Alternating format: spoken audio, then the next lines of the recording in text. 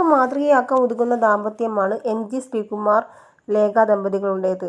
ഭർത്താവിന്റെ നിഴലായി കൂടെയുള്ള ഒരാൾ, താൻ എവിടെ പോയാലും ഒപ്പം ഭാര്യയും വേണം എന്ന് കരുതുന്ന മറ്റൊരു വ്യക്തി, അവരുടെ മനോഹരമായ വർഷങ്ങൾ നീണ്ട പ്രണയം എന്നും ആരാധകർക്ക് കൗതുകമായിരുന്നു. 1988 തിരുവനന്തപുരം തൈക്കാട് ധർമ്മശാസ്ത്ര ക്ഷേത്രത്തിൽ വെച്ചാണ് എം.ജി. ശ്രീകുമാറും ലേഖയും ആദ്യമായി കണ്ടത്.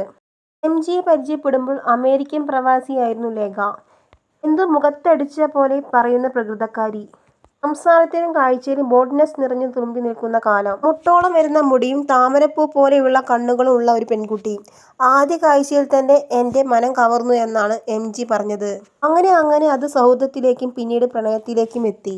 വിവാഹത്തിന് മുൻപ് ഏകദേശം 14 വർഷത്തോളം ലിവിംഗ് ടുഗദർ ആയിരുന്നു. അതിനുശേഷം 2000-ൽ കൊല്ലൂർ മൂകാംബിക ക്ഷേത്രത്തിൽ വെച്ച് വിവാഹിതരായി. ആ ബന്ധം ഇന്ന് 35 വർഷത്തോളം കഴിഞ്ഞു. റിപ്പോർട്ടുകൾ ശരിയെങ്കിൽ ഇന്ന് 60 വയസ്സ് കഴിഞ്ഞിട്ടുണ്ട് ഇരുവർക്കും. എങ്കിലും ഇരുവരും തമ്മിലുള്ള പ്രണയത്തിന് കുറവൊന്നുമില്ല. സ്വന്തമായി കുഞ്ഞുങ്ങൾ വേണ്ടെന്ന തീരുമാനം ഇരുവരും ഒരുമിച്ചെടുത്തതാണ്. എന്നാൽ ലേഖയുടെ മകളെ സ്വന്തമായിട്ടാണ് എം.ജി സ്നേഹിക്കുന്നത്. ഇടയ്ക്കിടെ എം.ജിയും ലേഖയും അമേരിക്കയിൽ പോകാറുണ്ട്. ഈ അടുത്തിടെ പങ്കിട്ട ഒരു വീഡിയോയിലാണ് മകളും കൊച്ചുമകനും കൊച്ചിയിലെ തങ്ങളുടെ വീട്ടിൽ വന്ന കാര്യം ലേഖ എം.ജി പറഞ്ഞത്. കുറെക്കാലമായി യൂട്യൂബ് വീഡിയോസിൽ വരാത്തതിനെ കുറിച്ച് സംസാരിക്കുകയായിരുന്നു ലേഖ.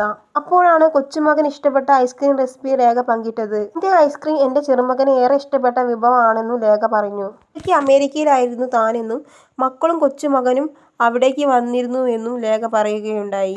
അടുത്തിടെയാണ് തന്റെ ആദ്യ വിവാഹത്തെക്കുറിച്ച് ലേഖ മനസ്സ് തുറന്നത്.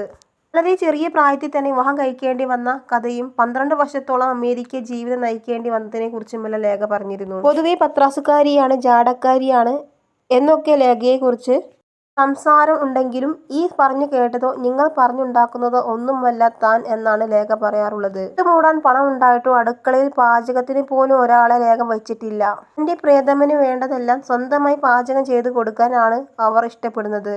ലേഖയുടെ യൂട്യൂബിലേക്കുള്ള തിരിച്ചുവരവിൽ ഇരു കൈയും നീട്ടിയാണ് ആരാധകർ സ്വീകരിച്ചത്.